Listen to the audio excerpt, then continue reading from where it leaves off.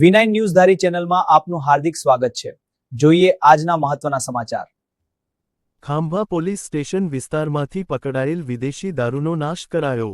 Khambha police station વિસ્તારમાંથી પકડાયેલ વિદેશી દારૂનો આજરોજ કાયદેસરની કાર્યવાહી હેઠળ નાશ કરવામાં આવ્યો હતો। આ કાર્યવાહી દરમિયાન કુલ 12,845 બોટલોનો જથ્થો અંદાજિત 59,95,871 રૂપિયાની કિંમતનો મુદ્દામાલ નષ્ટ કરવામાં આવ્યો હતો। આ કામગીરી ધારીના ચલાલા નજીક આવેલ બલાડા ચોકડી પાસે ખુલ્લી જગ્યા ખાતે ધારી ડિવિઝનના એસ.પી. જયવીર ગઢવી, એસ.ડી.એમ.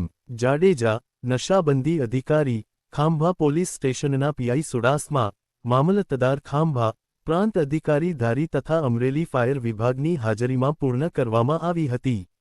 ત્યારે ચલાલા પોલીસ સ્ટેશનના પીઆઈ રતન દ્વારા યોગ્ય બંદોબસ્ત ગોઠવી સમગ્ર કાર્યવાહી શાંતિપૂર્ણ રીતે પૂર્ણ કરવામાં આવી હતી। આજ રોજ ધારી ડિવિઝનના ખાંભા પોલીસ સ્ટેશનના જે પ્રોહિબિશન મુદ્દામાલ છે એની નાશની કામગીરી રાખવામાં આવેલી છે, જેનામાં માનનીય એસડીએમ ધારી સાહેબ, ખાંભા પીઆઈ અને જે પ્રોહિબિશન અધિકારીઓ છે એ હાજર રહેલા છે।